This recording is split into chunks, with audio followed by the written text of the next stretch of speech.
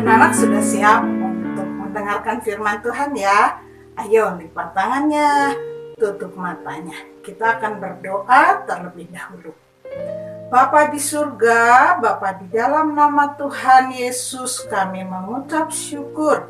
Hari ini kami kembali mau belajar firman Tuhan. Kiranya Engkau menolong kami, memberikan pengertian yang benar kepada kami, sehingga kami makin mengenal Tuhan Yesus, kami makin kuat di dalam iman kami, dan kami sungguh-sungguh dapat mentaati firman-Mu. Di dalam nama Tuhan Yesus kami mengucap syukur, kami berdoa, kami siap diberkati oleh firman-Mu. Amin. Anak-anak, siapa di antara kalian yang sudah pernah melihat kupu-kupu? Ya, banyak di antara kalian yang sudah melihat kupu-kupu. Apa yang kamu pikirkan ketika melihat kupu-kupu? Wah, pasti menyenangkan ya, karena kupu-kupu adalah binatang yang indah. Kupu-kupu memiliki sayap yang berwarna-warni, dan banyak orang kalau melihat kupu-kupu ingin menangkapnya. Bahkan anak-anak beberapa orang senang mengumpulkan kupu-kupu yang sudah mati, dikeringkan, lalu digunakan untuk menjadi sebuah hiasan dinding yang indah. Ada juga anak-anak, orang-orang yang sengaja mengumpulkan kupu-kupu yang hidup, ditaruh di sebuah taman karena mereka mau terus bisa melihat keindahan kupu-kupu. Saya juga orang yang senang melihat keindahan kupu-kupu. Anak-anak, suatu hari ada seorang anak yang bernama Rudy. Namanya siapa? Ya, Rudy. Rudy mengisi hari liburnya dengan bermain bersama teman-temannya. Rudy hari itu bermain skateboard di jalan bersama teman-temannya. Mereka akan melewati sebuah rumah, yaitu rumah Pak Ondo. Dan mereka memang sengaja mau melewati rumah Pak Ondo. Kenapa? Karena di sana ada sebuah pohon alpukat. Mereka berpikir, siapa tahu pohon alpukat Pak Ondo sudah berbuah, dan siapa tahu tidak ada orang di rumah itu, mereka bisa mengambil buah alpukatnya. Anak-anak, banyak orang berpikir untuk memiliki atau menginginkan barang milik orang lain seperti Rudy. Ya, karena apa? Karena memang mereka menginginkan sesuatu yang menguntungkan dirinya sendiri. Anak-anak, orang dewasa, anak-anak kecil banyak melakukan hal yang sama seperti Rudy, memikirkan untuk mengambil barang orang lain dan memilikinya. Anak-anak, kenapa begitu ya? Firman Tuhan mengatakan, karena semua orang di dunia ini tidak ada yang benar. Semua orang telah berbuat dosa.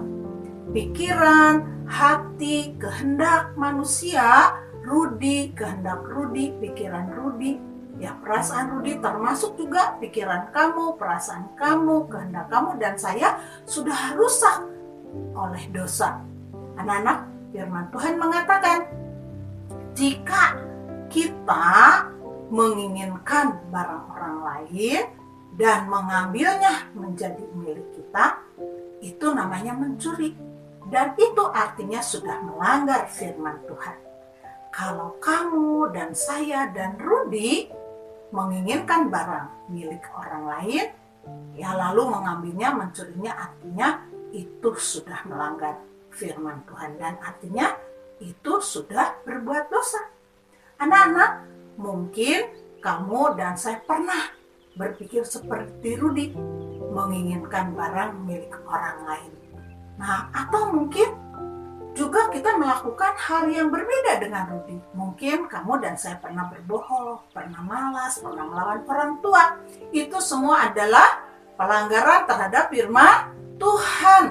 Nah, kita seperti itu karena kita semua adalah orang berdosa. Dan dosa, kata firman Tuhan, itu harus dihukum. Hukumannya apa? Dosa itu hukumannya adalah maut atau binasa sampai selama-lamanya. kita tidak bisa ke surga.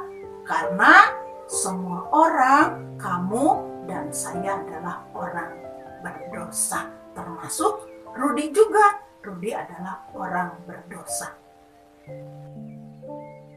Rudi baru merencanakan akan mengambil buah pohon alpukatnya Pak Ondo. Tetapi itu tetap dosa. Sekalipun Rudi tidak jadi mengambil buah alpukat itu, Rudi sudah memikirkan untuk mengambilnya. Dan itu adalah perbuatan dosa. Anak-anak, jadi kalau kita memikirkan sesuatu yang tidak baik, sesuatu yang jahat, bagi Tuhan itu tetap dosa. Dosa itu harus dihukum. Satu kali kita berbuat dosa, itu sudah cukup membuat kita terpisah dari Allah yang suci. Anak-anak, ketika Rudi sampai di dekat pohon alpukat Pak Ondo, dia melihat, wah, ternyata banyak sekali ulat berbulu di sana. Ih, jijik sekali. Di mana-mana ada ulat. Di tembok, di pagar, di jalan. Wah, ulat bulunya sampai berserakan. Anak-anak, tapi rupanya Rudi tidak takut dengan ulat bulu itu. Rudi malah mengambil ulat bulu itu 1 ekor. Dan kembali di dalam pikiran Rudi, dia memikirkan satu rencana, yaitu apa? Dia akan membawa ulat bulu itu pulang ke rumah. Dia akan mengganggu kakaknya. Dan Rudi membayangkan, wah, kakaknya di rumah akan teriak-teriak ketakutan karena melihat ulat bulu itu. Anak-anak, ketahuilah, segala apa yang direncanakan di dalam pikiran kita, sesuatu yang tidak baik, itu adalah dosa. Seperti Rudi merencanakan mengambil buah alpukat Pak Ondo, juga rencana dia mengganggu kakaknya, itu adalah dosa. Dan itu hal yang menjijikkan di hadapan Tuhan. Ulat binatang yang menjijikkan, tetapi dosa lebih menjijikkan lagi di hadapan Tuhan. Dan anak-anak, waktu Rudi sudah mengambil 1 ekor ulat itu, lalu mereka dengan teman-temannya itu tidak jadi mengambil buah alpukatnya, karena selain banyak ulatnya, buah alpukat di pohonnya Pak Ondo itu kecil-kecil, belum waktunya untuk dipetik dan tidak bisa dimakan. Kemudian Rudi pulang bersama dengan teman-temannya. Dia kembali ke rumahnya.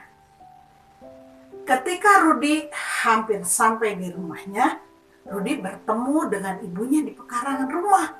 Ibunya memanggil Rudi. Rudi, ayo ke sini, lihat nih. Ada sesuatu. Ayo perhatikan. Lalu Rudi mendekat ke ibunya. Rudi melihat seperti ada sebuah ranting dan daun kering. Tetapi semakin Rudi mendekati benda itu ternyata bergerak-gerak. Ada apa ya? Coba perhatikan, kata ibunya. Lalu Rudi memperhatikan. Nah, anak-anak, apa yang terjadi? Di dalam daun yang kering itu tiba-tiba ada yang bergerak-gerak, lalu muncul, ada yang keluar. Wah, itu seperti belalai kecil, ya, sepasang sungut. Lalu ada kepala bulat, ya, seperti ujung jarum pentul. Lalu kemudian ada juga yang keluar, yaitu sayap yang berwarna-warni. Ada warna hijau, kuning, putih, hitam. Wah, Rudi menahan napasnya. Hah? Apa itu? Tiba-tiba anak-anak, keluarlah seekor kupu-kupu yang terbang. Dan kupu-kupu itu begitu indah. Rudi menahan napasnya. Dia hanya berkata-kata, wow, wah, bagus sekali ya. Anak-anak, hari itu Rudi dan ibunya melihat seekor kupu-kupu keluar dari kepompong. Anak-anak, ibu Rudi berkata, ibu sering melihat kepompong yang kosong. Dan ibu belum pernah melihat kupu-kupu yang keluar dari kepompong. Baru hari ini ibu melihatnya. Dan Rudi juga berkata, Iya Bu, saya juga baru melihatnya. Saya sekarang tahu, benarlah apa yang dipelajari di sekolah. Kupu-kupu itu berasal dari ulat. Kami mempelajarinya dalam pelajaran ilmu pengetahuan di sekolah. Kemudian Ibu Rudi menjelaskan, ya Rudi, kupu-kupu itu berasal dari ulat. Suatu waktu ulat itu akan membungkus dirinya dengan kepompong. Dan di dalam kepompong itu rupanya terjadi keajaiban, mujizat yang besar, yaitu ulat yang tadinya berbulu, ulat yang tadinya menjijikan berubah menjadi kupu-kupu yang begitu indah. Anak-anak, itu adalah sebuah peristiwa yang luar biasa dan itu tidak bisa dikerjakan oleh manusia. Itu hanya bisa dikerjakan oleh Allah yang berkuasa. Allah mengerjakan segala sesuatu sesuai dengan kehendaknya. Dan anak-anak, Allah menciptakan seisi dunia ini untuk kamu dan saya. Allah ingin kamu, saya, Rudi, ibunya Rudi bisa menikmati ciptaan yang indah karena Allah mengasihi kamu dan saya. Anak-anak, di dalam kepompong terjadi satu pekerjaan Tuhan yang luar biasa, mujizat besar. Ulat berubah menjadi kupu-kupu. Hari itu Rudi berkata kepada ibunya, Bu, bolehkah kepompong kosong ini saya minta? Saya akan membawanya ke sekolah. Anak-anak, kemudian Ibu Rudi memetik ranting pohon itu dan Rudi membawa kepompong itu ke kamarnya. Besoknya Rudi membawa kepompong itu ke sekolah. Wah, anak-anak, di sekolah Rudi menjadi pusat perhatian teman-temannya. Teman-temannya mendengarkan cerita Rudi dan Rudi mengakhiri ceritanya dengan berkata begini, kupu-kupu itu langsung terbang sebelum saya bisa menangkapnya. Nah, anak-anak, Harry, salah satu teman Rudi berkata, saya juga jadi pengen melihat bagaimana kupu-kupu itu terbang keluar dari kepompong. Anak-anak, Rudi begitu senang melihat peristiwa kupu-kupu yang keluar dari kepompong itu. Sepulangnya dari sekolah, Rudi langsung mampir ke rumah gurunya, guru pondok gembira yang bernama Ibu Ana. Dia memberikan kepompong itu ke Ibu Ana.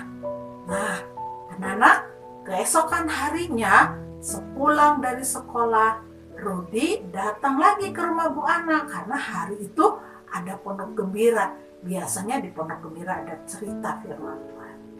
Hari itu Ibu Ana menaruh kepompong itu di atas meja yang biasa digunakan untuk menyimpan alat peraga. Dan anak-anak semua duduk mendengarkan dengan baik, bersiap-siap mendengarkan apa yang akan diceritakan oleh Ibu Ana di pondok gembira.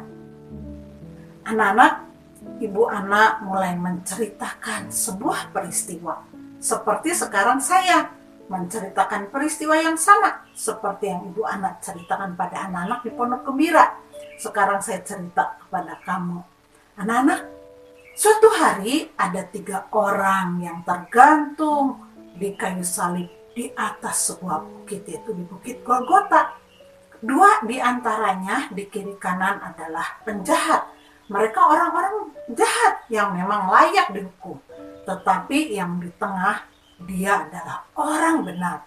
Dia tidak pernah berbuat dosa, tetapi dia harus disalibkan. Tangannya yang biasa dipakai untuk berbuat baik, menolong orang banyak, harus dipaku. Kakinya yang biasa dipakai berjalan pergi untuk menolong, menyembuhkan banyak orang, mengajar banyak orang juga harus dipaku di kayu salib. Yang di tengah itu siapa? Betul sekali, dia adalah Tuhan Yesus. Dia adalah Allah yang menjadi manusia. Dan ketika jadi manusia, Tuhan Yesus tidak pernah melakukan dosa. Tetapi Tuhan Yesus harus disalibkan. Anak-anak, sesungguhnya Tuhan Yesus bisa menolong 2 penjahat itu.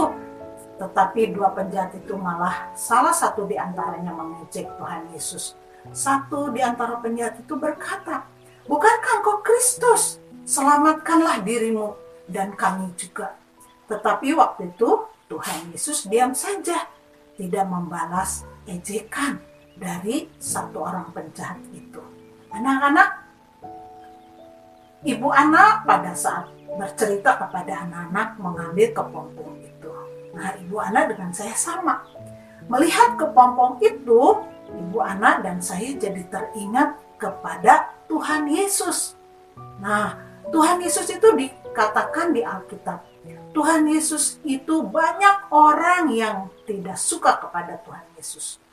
Banyak orang yang membenci Tuhan Yesus. Bahkan ketika Tuhan Yesus disalibkan, di dalam Alkitab dikatakan banyak orang yang tidak ingin melihat Tuhan Yesus. Karena apa? Karena Tuhan Yesus begitu kelihatan menjijikan. Ya, mukanya hancur, tubuhnya hancur karena banyak sekali luka bekas pukulan, bekas cambukan. Di dalam Alkitab dikatakan Tuhan Yesus itu seperti ulat yang menjijikan. Anak-anak, memang Tuhan Yesus pada waktu menderita di kayu salib, tubuhnya hancur, kelihatan menjijikan. Dan pada saat itu kemudian Tuhan Yesus mati menyerahkan nyawanya di kayu salib. Anak-anak, Tuhan Yesus yang tadinya tempat tinggalnya di surga yang mulia, surga yang begitu indah, mau datang ke dunia yang hina. Dia rela menderita. Dia rela menyerahkan nyawanya bagi kamu dan saya yang berdosa. Dia memikul hukuman dosa kamu dan saya, memikul hukuman dosa Rudi dan teman-temannya yang sedang mendengarkan cerita juga. Anak-anak, Tuhan Yesus setelah menyerahkan nyawanya di kayu salib, ya pada waktu sore-sore ada muridnya yang meminta mayat Tuhan Yesus. Yaitu namanya Yusuf Arimatea. Yusuf Arimatea dibantu dengan Nikodemus. Pada saat itu ada juga ibu-ibu yang lain yang menolong bagaimana mayat Tuhan Yesus diturunkan dari kayu salib. Lalu mereka mengapaninya dengan kain lenan, bahkan mereka memberikan campuran minyak murga, haru wangi-wangian begitu banyak. Kemudian Tuhan Yesus dimasukkan di dalam sebuah kubur yang kosong. Tubuhnya dibungkus dengan kain lenan. Anak-anak, Tuhan Yesus seperti ulat ya yang ada di dalam kepompong. Tubuhnya dibungkus dengan kain lenan. Dan Tuhan Yesus dikubur di dalam kubur di sebuah bukit. Ya, kuburannya itu seperti lubang gua. Lalu kuburnya ditutup dengan batu supaya apa? Supaya Tuhan Yesus mayatnya tidak ada yang mengambil. Karena waktu itu orang-orang yang membenci Tuhan Yesus minta kepada Pilatus supaya kubur Tuhan Yesus dijaga. Dan Tuhan Yesus betul-betul mengalami kematian. Tuhan Yesus seperti ulat yang ada di dalam kepompong. Tuhan Yesus ada di dalam kubur itu selama 3 hari. Anak-anak, Tuhan Yesus sudah menderita, mengalami kematian di kayu salib. Itu adalah bukti kasihnya yang terbesar bagi kamu dan saya, orang-orang yang berdosa. Anak-anak, apakah Tuhan Yesus mati terus? Tentu tidak. Alkitab berkata begini di 1 Korintus 15 ayat 3 dan 4. Kristus telah mati karena dosa-dosa kita sesuai dengan kitab suci, bahwa ia telah dikuburkan dan bahwa ia telah dibangkitkan pada hari yang ketiga sesuai dengan kitab suci. Anak-anak, Tuhan Yesus bangkit pada hari yang ketiga. Kebangkitannya disaksikan oleh banyak orang. Di antaranya ibu-ibu yang datang ke kubur Tuhan Yesus. Mereka melihat kubur Tuhan Yesus terbuka. Mereka bertemu dengan malaikat Tuhan yang memberitahukan bahwa Yesus sudah bangkit dari kematian. Dan ibu-ibu memberitahukan kepada murid-murid Tuhan Yesus yang lain. Tapi murid-murid Tuhan Yesus belum percaya pada waktu itu. Mereka masih ragu-ragu. Dan di antara murid-murid Tuhan Yesus ada 2 orang yang pergi ke kubur Yesus, yaitu Petrus dan Yohanes. Mereka waktu datang ke sana melihat, wah, kubur Tuhan Yesus terbuka. Di sana hanya ada kain kafan dan kain peluh yang tergulung rapi. Anak-anak Tuhan Yesus sungguh bangkit dari kematian. Anak-anak, itu adalah mukjizat besar. Dan Tuhan Yesus juga datang menemui murid-muridnya di ruangan atas. Pada waktu itu murid-muridnya berkumpul pada hari yang sama. Di malam hari Tuhan Yesus datang. Waktu itu ruangan tertutup, pintu terkunci. Tapi Tuhan Yesus bisa masuk ke dalam ruangan itu. Dan Tuhan Yesus berkata, damai sejahtera bagi kamu. Wah, anak-anak murid-muridnya kaget, terkejut. Mereka seperti melihat hantu. Tetapi kemudian Tuhan Yesus berkata di dalam Lukas 24 ayat 38 sampai 40. Tetapi ia berkata kepada mereka, mengapa kamu terkejut? Dan apa sebabnya timbul keraguan-raguan di dalam hati kamu? Lihatlah tanganku dan kakiku, aku sendirilah ini. Rabalah aku dan lihatlah, karena hantu tidak ada daging dan tulangnya, seperti yang kamu lihat ada padaku. Sambil berkata demikian, ia memperlihatkan tangan dan kakinya kepada mereka. Anak-anak, ketika Tuhan Yesus sudah bangkit dari kematian, tubuh Tuhan Yesus sudah berbeda dari tubuh pada saat dia disalibkan. Tidak ada lagi anak-anak luka di kepalanya bekas mahkota duri. Tidak ada lagi luka bekas cambukan. Nah, pada waktu Tuhan Yesus bangkit, Tuhan Yesus sudah memiliki tubuh kemuliaan, tubuh kebangkitan. Nah, anak-anak, sekarang kamu, saya, Rudi, mengerti apa sih hubungannya cerita tentang kepompong dengan cerita tentang firman Tuhan yang memberitakan kepada kita Tuhan Yesus sudah bangkit dari kematian. Anak-anak, Tuhan Yesus ketika mati dibungkus dengan kain kafan, ditaruh di dalam kubur itu seperti ulat di dalam kepompong ya. Lalu kemudian Tuhan Yesus bangkit. Dia hidup selama-lamanya. Dan Tuhan Yesus memakai tubuh kebangkitan. Anak-anak, itu mukjizat besar yang Tuhan Yesus lakukan. Dan kebangkitannya adalah bukti bahwa kamu dan saya bisa dibebaskan dari hukuman dosa. Anak-anak, kamu dan saya suatu hari nanti juga akan memiliki tubuh kebangkitan, tubuh kemuliaan seperti yang Tuhan Yesus miliki. Tapi itu nanti di dalam surga, di dalam kekekalan. Asal kamu percaya kepada Tuhan Yesus. Sekarang ini ketika kamu dan saya hidup di dunia ini, kamu juga mengalami mukjizat besar. Kalau kamu dan saya percaya kepada Tuhan Yesus. Mukjizat besar apa itu? Yaitu ketika kamu dan saya mau percaya kepada Tuhan Yesus yang disalibkan, mati menyerahkan nyawanya dan bangkit pada hari yang ketiga, pada saat kamu percaya, firman Tuhan mengatakan darah Yesus anaknya itu menyucikan kamu daripada segala dosa.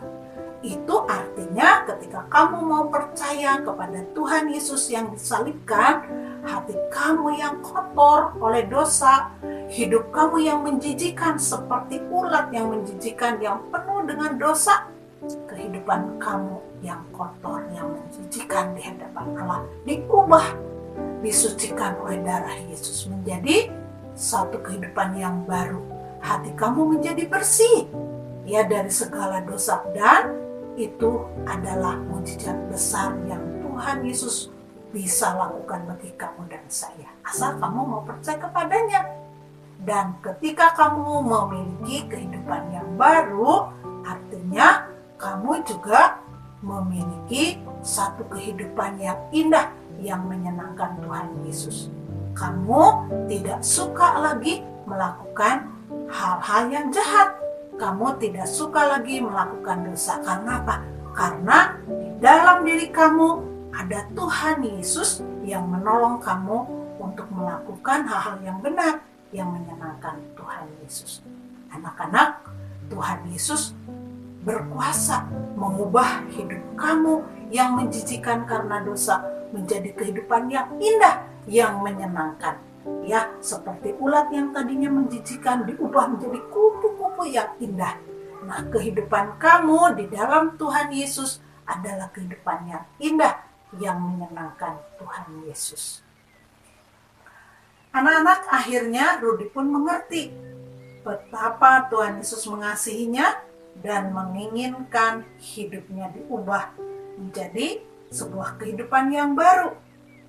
Anak-anak, hari itu Rudy memilih untuk memutuskan percaya kepada Tuhan Yesus supaya kehidupannya menjadi kehidupan yang baru, kehidupan yang indah, dan kehidupan yang menyenangkan Tuhan Yesus. Nah, sekarang anak-anak, adakah di antara kamu yang belum pernah mengatakan percaya kepada Tuhan Yesus?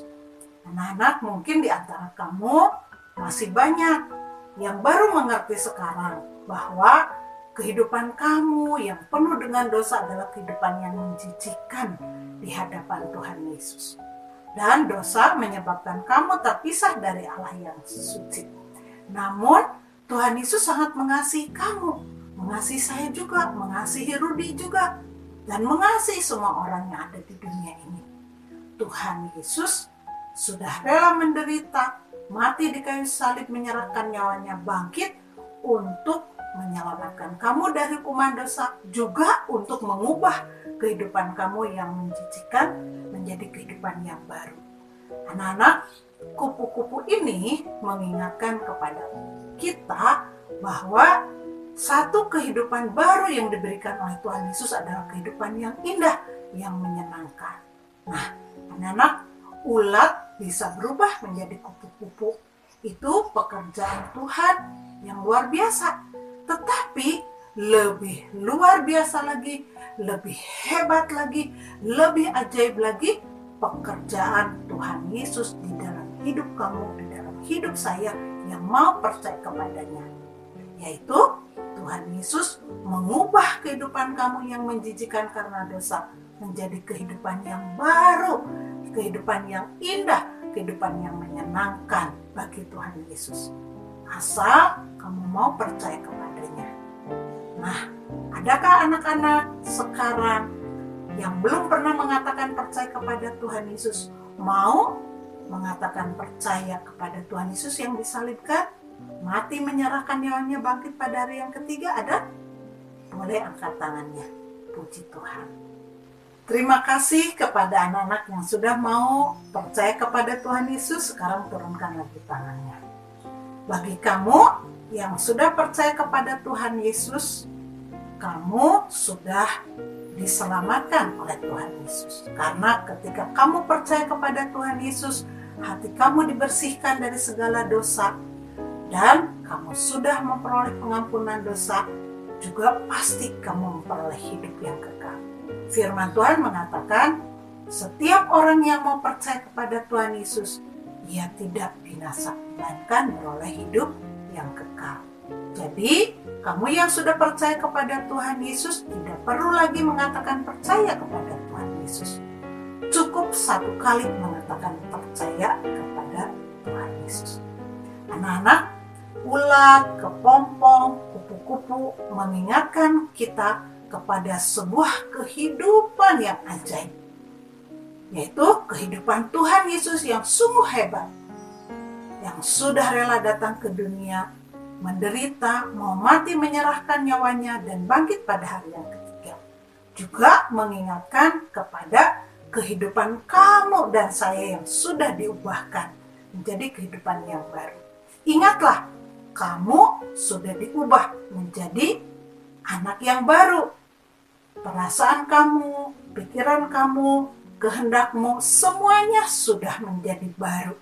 Sekarang keinginan kamu, pikiran kamu, perasaan kamu adalah semuanya untuk melakukan hal-hal yang benar, hal-hal yang menyenangkan hati Tuhan Yesus. Karena kamu adalah anak yang sudah menjadi ciptaan yang baru.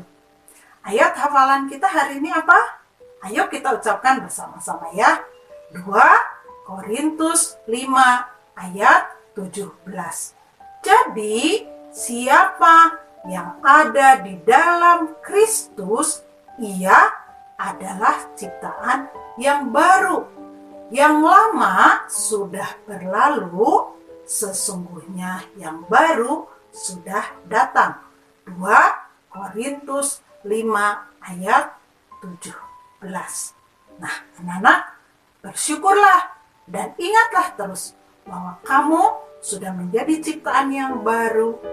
Di dalam diri kamu ada hal-hal yang kamu ingin lakukan, yaitu hal yang baru, yang benar, yang menyenangkan hati Tuhan Yesus. Puji Tuhan. Mari sekarang kita akan berdoa. Lipat tangannya, tutup matanya.